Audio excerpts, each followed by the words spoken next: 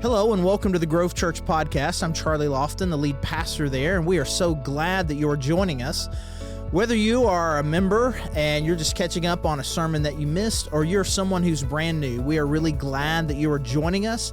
And if you are new in some way, and I know that a lot of people will do that, will listen to sermons first before they visit, I want you to know that we would love to meet you at any point. You can join us live in our services on Sunday, 9 and 10:30, or our streaming service at 10:30. Either way, we would love to be able to get to know you. And regardless of why you are here listening to this sermon today, thank you so much for joining us. Hey, good morning.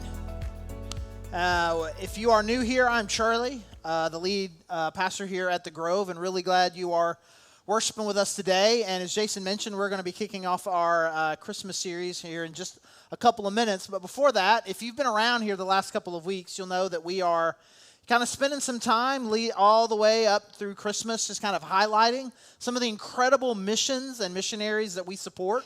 We want you to, as the people of our church, as our partners in financially and personally and everything that we're doing here as a church, want you to feel more personally connected to the awesome people and ministries around the world that we're supporting. So last week we got to meet the Morgans, and this week I would like to introduce you to Victoria and Ronan Anaka.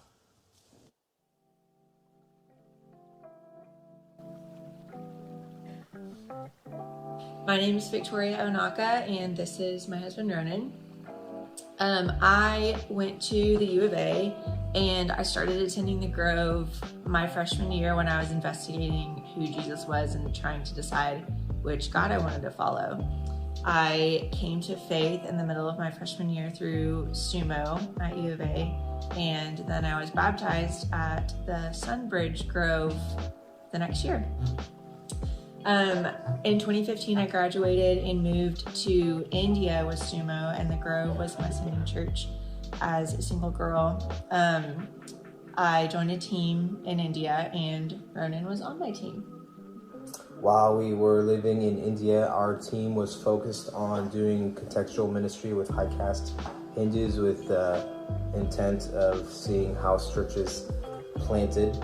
And in 2019, at the end of 2019, our daughter was born in Delhi, and we came back to America when this COVID thing was happening. We made the decision to stay in the U.S. for the time being, and currently we serve as part of our SUMO headquarters, where the work that we do helps empower our campus staff and overseas staff to be more effective and have more time in their harvest field.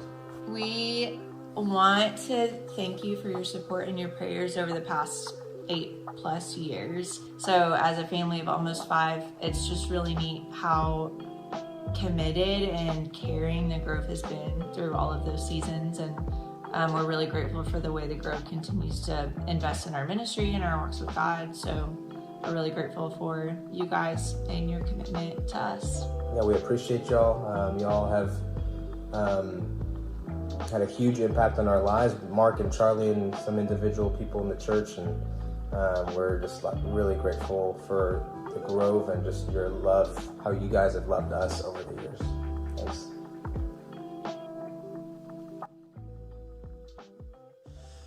So I got to meet Victoria when she was a freshman. This has been probably 12 or 13 years ago. And I'll tell you the story. She was coming here with her friend Madison, and they just lit up the room, big smiles. It was just a pleasure to have them around. Like she was still exploring whether or not she really wanted to follow Christ, and I was getting to know them, and we had a pretty good relationship. And this was, again, their freshman year, and this is, you got to have to put yourself here geographically. We're going down college, me and my family, and we're about to turn left on college onto Joyce. If you know, there's kind of 2 left turn lanes there, and the one on the far left was all the way backed up, but you could move up to this one pretty easily. But we were going to Jason's Deli. Okay? If you understand the geography of here, you know the problem. Because in order to turn left, you got to immediately get over and turn. But I'm thinking, I'll just gun this person, and I'll be able to get in front of him, it'll be no problem. And I pull up there, and I look over there, and here are these 2 freshman girls, Victoria and Madison, that I had just met, and I'm like, what do I, and they're waving at me like this, and I'm like, Okay, I'm about to embarrass myself, and maybe you here. And I just kind of looked at Heidi. He's like, well, I gotta. And so the light turned green. I gunned it, got in front of them, turned over, and then I just felt terrible. And I saw them the next Sunday, and they just kind of looked at me, and I was like, you gunned it on us. Like, I know. It was awkward. But we got to know both of them, and again, we got to see Victoria come to Christ and baptize her at the church, and then send her out as a single woman to do incredible things in Southeast Asia. And we got to be involved in when she met Ronan and kind of helping them navigate being engaged and getting married. And Heidi and I have been involved with them their entire married life. And Mark has been an incredible mentor to Ronan in a lot of different areas. And for years and years, they've been doing great work for God on the other side of the world, and now here kind of in an admin support role. And now they've gone from this, single freshman girl that I embarrassed myself in front of and on the way to Jason's Deli to this about to be a family of 5. And it is your investment and support of them that has allowed them to kind of flourish in this way. And so I want you to feel a part of that. And if you were here last week, you know that we launched kind of an end-of-the-year giving campaign that we're doing centered around our missionaries. Over the course of this fiscal year, which runs from July to June, we will give out at least $91,000 to various missions groups, both locally that are helping people who are currently experiencing poverty, to foster care, to college ministry, to overseas missions, and people who live here who are part of our church that are supporting all of these incredible missionaries. And we want you to feel more part of that. So we're trying to raise, between now and the end of the year, that $91,000. Because we want you to feel more directly connected to these incredible things that God is doing through us, through people who've been a part of the church, now doing incredible things. And so if you've had a hard time, like for whatever reason, you haven't quite taken that first step towards giving, I think this is a great first step of giving here at the Grove, because it really kind of has this multiplying impact. Or there may be some of us who have given a little bit who have been, whatever reason, just hesitant. And I think this is a great next step for a lot of us to kind of invest deeper in the partnership that we have here together as a Grove. And I want to invite everybody, really. I mean, I think it's a great thing. It's something that our family has practiced. Kind of this and one, this plus one kind of attitude towards giving, that just allows us to experience the blessing that comes from generosity. So all the information that you need on this is at thegrovechurch.org/give, and look forward to your continued partnership. And as you bless us, and then we're able to bless these incredible people that take the hope of Jesus all over the world. So again, we are starting our Christmas series. And there's this phenomenon that we have that I think applies to kind of the way that we think about Jesus, that we kind of think of people in like a singular context. When I say, hey, we're going to talk about Jesus, we automatically think of 30-year-old Jesus with the beard in the desert teaching or doing miracles or those kinds of things, and that's who Jesus is. We don't think of Jesus the teenager or Jesus the toddler. We think of Jesus as he fully is. And we do this with our parents, right? Our parents, we don't think of our parents. I wonder what my dad was like in kindergarten. Your dad wasn't in kindergarten. He was always dad, right? And he was always dad. Right? You don't think of it like that. The awkward feeling you get, like you got, I don't know if you remember this as a kid, if you ever saw your teacher out in public, like at the store, like not wearing teacher clothes. You're like, what are you doing? What? This happens to me a lot, right? I'll meet some of your kids somewhere other than here, your house, my house. It's most disorienting at Walmart or a restaurant. They come up to me, you can see me like, looking at their parents, look at me like, what are you doing here? Like, I'm just eating. You live at the church, though. That's not true. And even if it was, I could still come out to eat every now and then. But there's this one time, this is very recently, and I won't say the kid's name because he is currently, he was introduced to our church primarily through the call and just kind of needing to be in foster care for a little bit. I'm at Sam's, and I don't know if you've ever done this. This is too much information. I apologize. My lunch plans get canceled. I'm looking for something quick and cheap for lunch. Man, a slice of pizza and a drink at Sam's, it's the way to go. It's the way to go. It's cheap. It's quick. It was great. And so I'm in there having lunch by myself, really awkwardly, at Sam's Club, slice of pizza and a Coke. And this kid comes running up to me, just enthusiastic. Dude! I'm like, what? Dude, I know you. You're from the church. And he hugs me and high-fives me, shaking my hand. I don't know if he and I have really had a conversation, but he was so overwhelmingly excited. And it was so cute and fun, right? And then they go shopping and real quick, and they come back again. And I'm saying the same level of enthusiasm. Dude, it's you again from the church. And he just hugged me and high-fived again. It was like this great moment. But like it was kind of a brain break, and sometimes it's in a bad way, but for him it was a really cool way. And that's kind of the way that Christmas series really and the Christmas story kind of function for us, because we imagine Jesus really just kind of popping into existence as an adult. And to think of Jesus as a baby.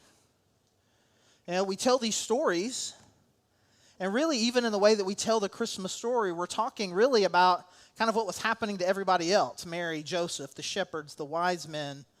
But conceptually thinking about Jesus was a baby that was born.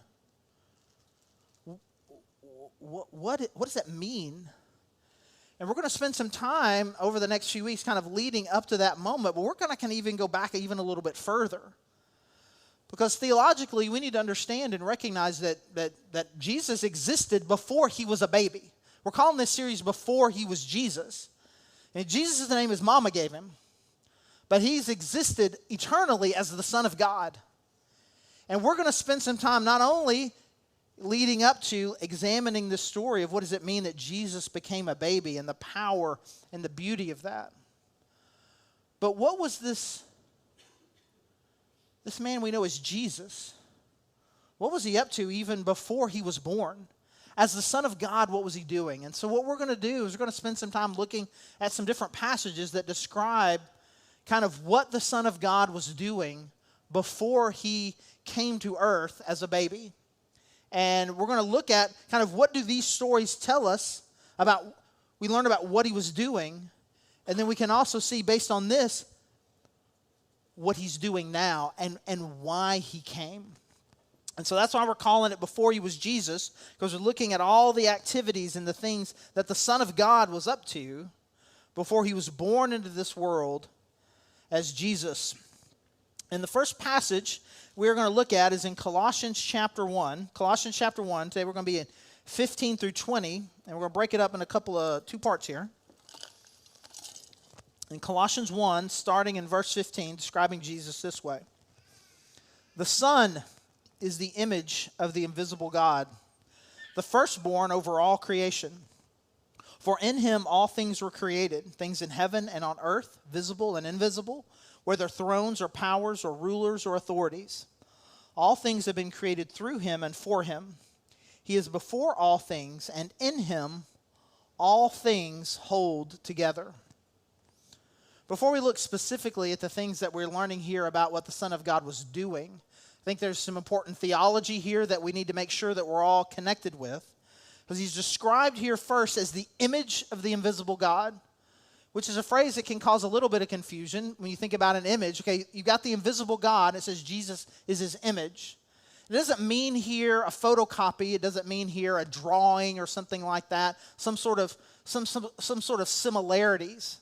What it's talking about is the contrast between God the Father that we know that he does not have a body by which he can be looked at. He doesn't have a physical form. He is invisible. But Jesus is the image. He is in every way who God is. He is fully God, but we can see him. He is an image in that sense. God manifested himself in someone that we can see. And that image, that is who Jesus is. And so this is not saying that he is some copy or some sort of something that looks like that, but just like the God we can actually see. For years and years and years, we knew about the invisible God, and now Jesus here is the image. Now we can see him. He's the image of the invisible God, the firstborn over all creation. For in him all things were created. And those two phrases put together can be also a little bit, what? It says that everything was created by him, but he was the firstborn over creation. Well, how can you be the first? Because it almost makes it sound like, and some cults have kind of interpreted it this way, that Jesus was the first thing created, is what this is saying, which is not what it's saying. It's saying that he created everything, and he's the firstborn over it. And so to make sure that we fully understand the deep and powerful theology of it, we'll say it this way. Everything that was created, everything was created by him and for him. In him, all things were created. When we think about creation, you go to Genesis 1, in the beginning, God created the heavens and the earth, and God said, let there be light. We imagine the invisible God, but we don't really imagine him invisible. It's old man, beard, long hair, robe. Like we think of God the Father. That is the image that we think of. So it's making it pretty clear here that it was in fact Jesus. Jesus was the one that was the one that was doing the creating.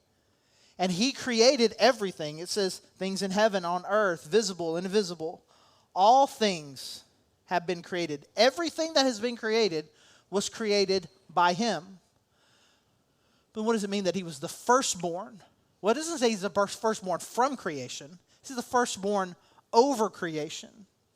And so what this phrase would means, and again, original readers would feel this a lot easier, is really kind of the one to whom it all belongs. So if you're the firstborn in your family, everything belongs to you. The land, the house, the cattle, everything. If you are the firstborn over the estate, that means it belongs to you. It is yours. So he's not firstborn from creation. He is the one for whom all of this belongs. It is his. And again, he makes it, and Paul makes this more explicit here in verse 16.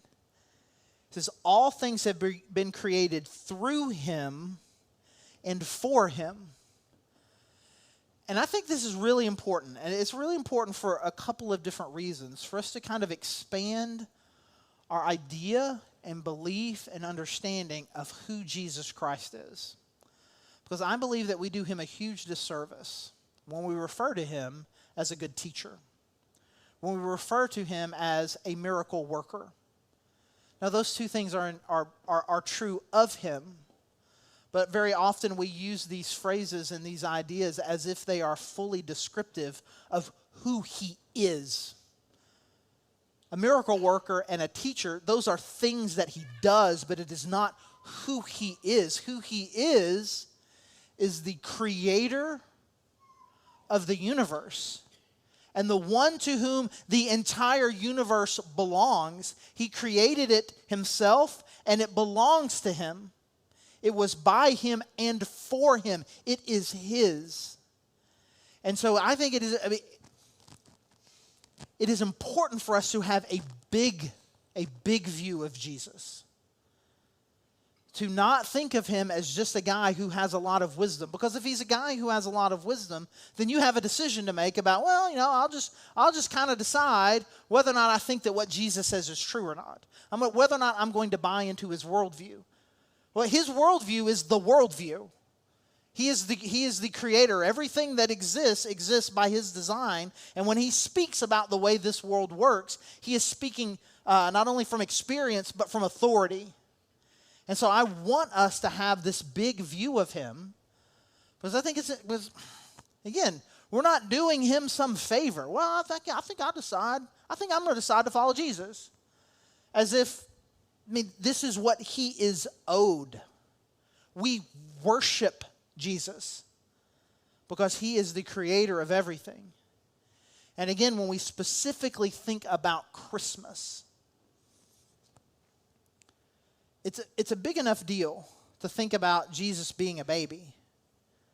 that he existed before that and he became a baby. But the bigger Jesus becomes, the more incredible the sacrifice is from him to become a baby. When we think about the sacrifice that Jesus made, we almost exclusively think of what's going to happen at Easter.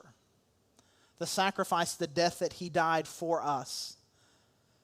But this thing that he did to even begin this, to humble himself, to become a baby, the jump from there to here, it's huge. And so then what is our response to this Jesus? And there's a debate that has been going on between parents and kids. As long as I know, right? Kid gets a little mouthy. I did this when I was a kid. You probably did it too.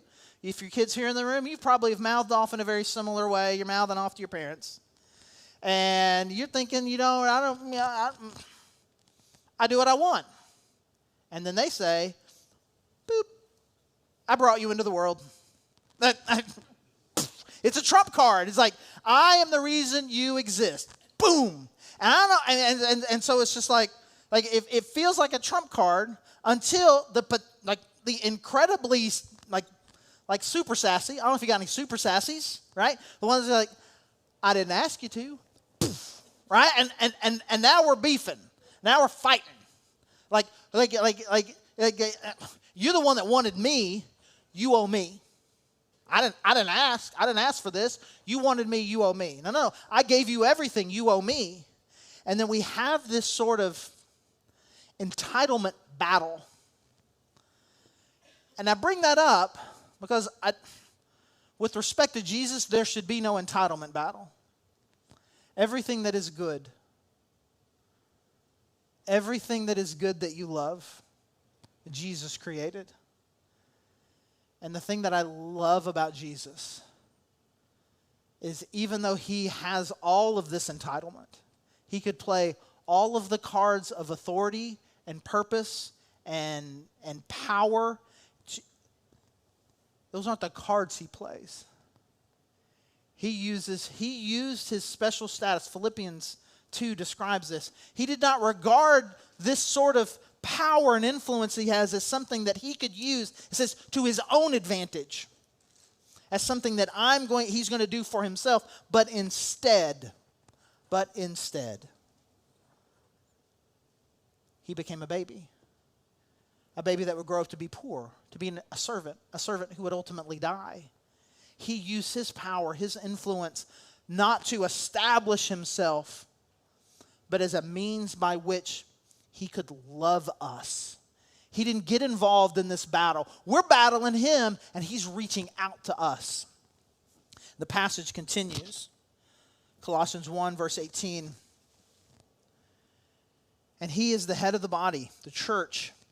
He is the beginning and the firstborn from among the dead, so that in everything he might have the supremacy.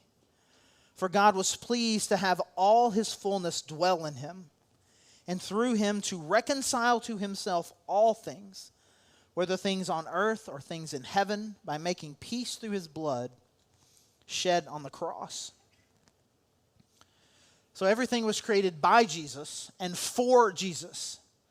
That's what he was doing. That's something that he did. And here's what he is doing now. What he is doing now is he's creating new life and reconciling us back to him. We have Jesus the Creator taking and making everything that is out of nothing. By words, God speaks the universe into existence. And everything that is spoken. And life in this universe comes into existence. And this same Jesus is still creating. All throughout the New Testament, all of these images of what it is that Jesus Christ can do for you. They aren't teaching images, and Jesus can teach you things, and there's something that you didn't know, and Jesus has got some great advice, and if you tried this and it didn't work, you should try this over here instead, and maybe this will work and be better. It doesn't describe Jesus as a help. It doesn't describe him as a support. Jesus is someone who takes things that were old and makes them new, which is impossible. He takes things that are dead and creates life, something that is impossible, something that just can't be done, except by the Creator God of the universe, by the Creator God of the universe. So he's not out here just tweaking our behavior. He's not out here just kind of encouraging you and giving you good advice.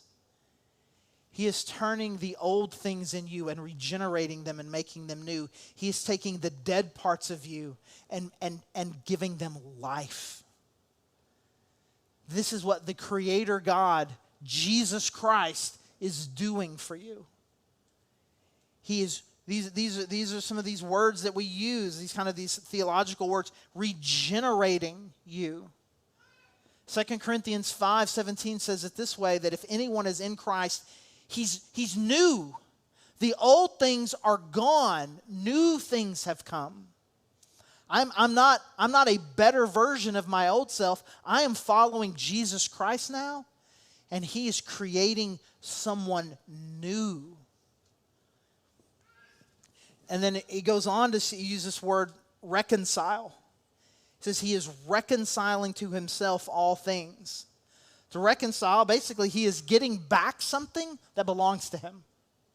Because if he created everything, and he didn't create it for someone else, he created it for himself. So all of this is his. What happens is you create something and it belongs to him. And some of the things that he creates, us, we've rebelled against him. We don't want you. We don't want you to be the one that we exist for. And what Jesus could have done, there's any number of things he could have done. He could have just ended creation. He could have walked away and said, well, that's on you, bro. He could have just gone to some other space and created an entirely different universe. Tried again. But what he created us, we rebelled against him. And it says that he reconciled. He went like, I want to get back what belongs to me. It is mine. I want it back. And again, we think about that here, and it describes it here by he's making peace through his blood shed on the cross. He died for us. But this moment begins at Christmas.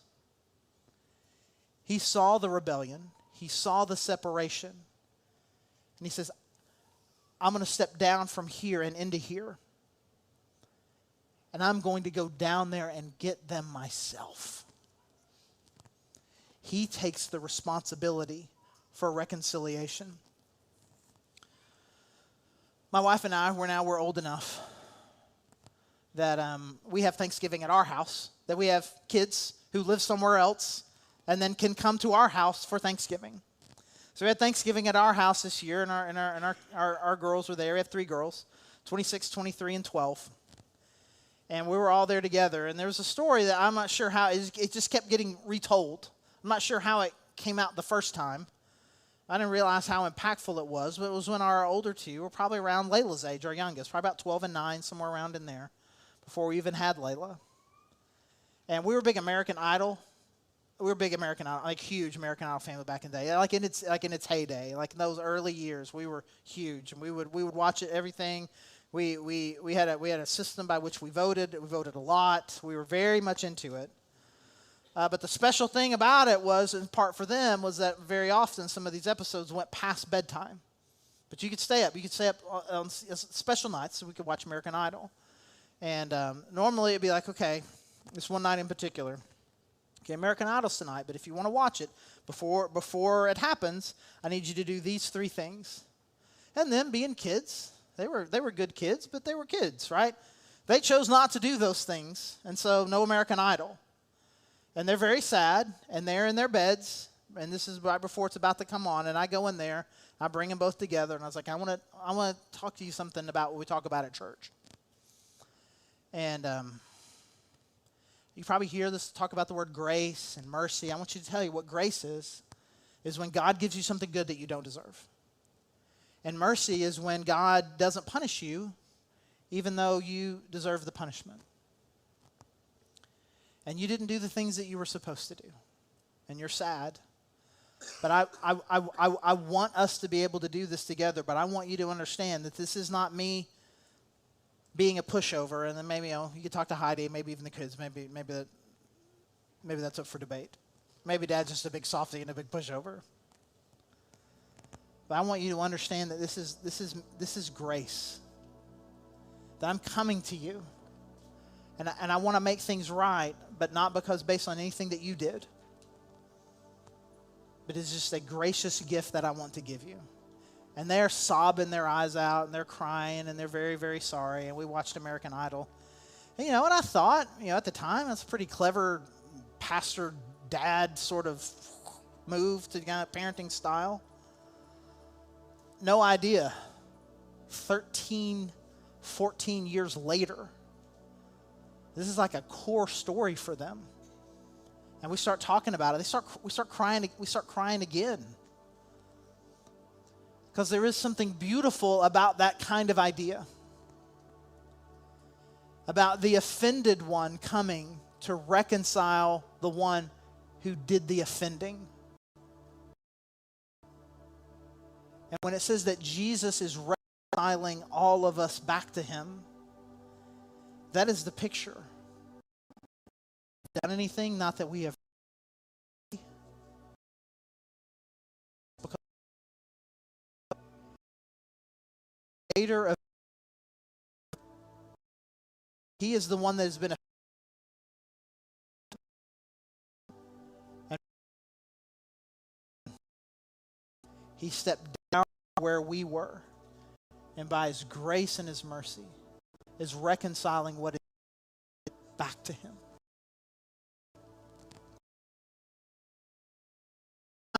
Thanksgiving to Christmas, I want us to start with a bigger view, a bigger understanding of who Jesus Christ is. Beyond the good teacher, beyond the miracle worker,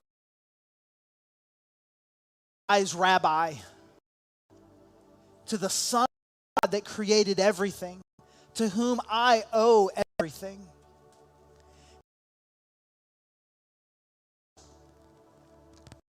In rebellion against him, down, baby, live this life, be back with him. So to expand our hearts and minds and believe in a much probably many of us have. And then I want us all to be reconciled. And if that is not something that you've ever done the first time, and your relationship with God, I'm trying to live different, I'm trying to do better, I'm trying to follow God's teaching, but I've not been reconciled to him through his blood on the cross, through his death for me. Pray that today could be your day, that you ask Jesus to give you. You can have new life. You can be a new. And for those of us who have done that once, we still find ourselves time to time and many rebellions. Focus our hearts and minds on being reconciled and united with, and being thankful for a creator God who back.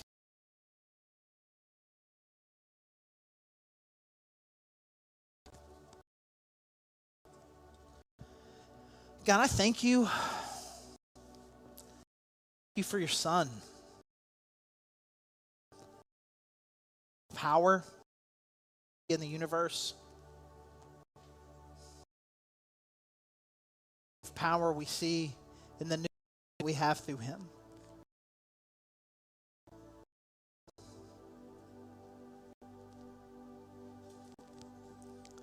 And God, is even as our brain just kind of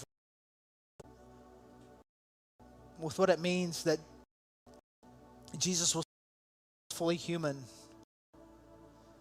The mystery of the Trinity. God in three persons. God, even as our hearts wrestle with the details,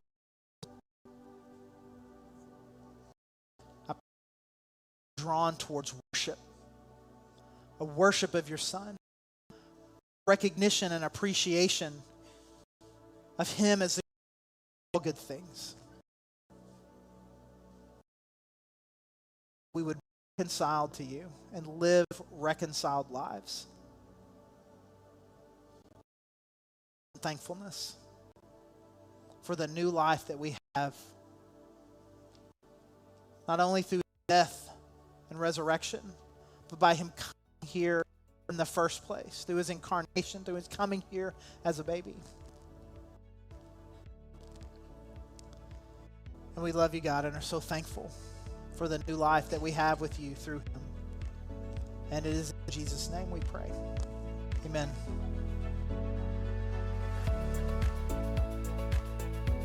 Thanks again for joining us on our sermon podcast, and you can learn more about us at thegrovechurch.org. And if you go to thegrovechurch.org/connect, there's a form you could fill out. Just let us know that you've been listening.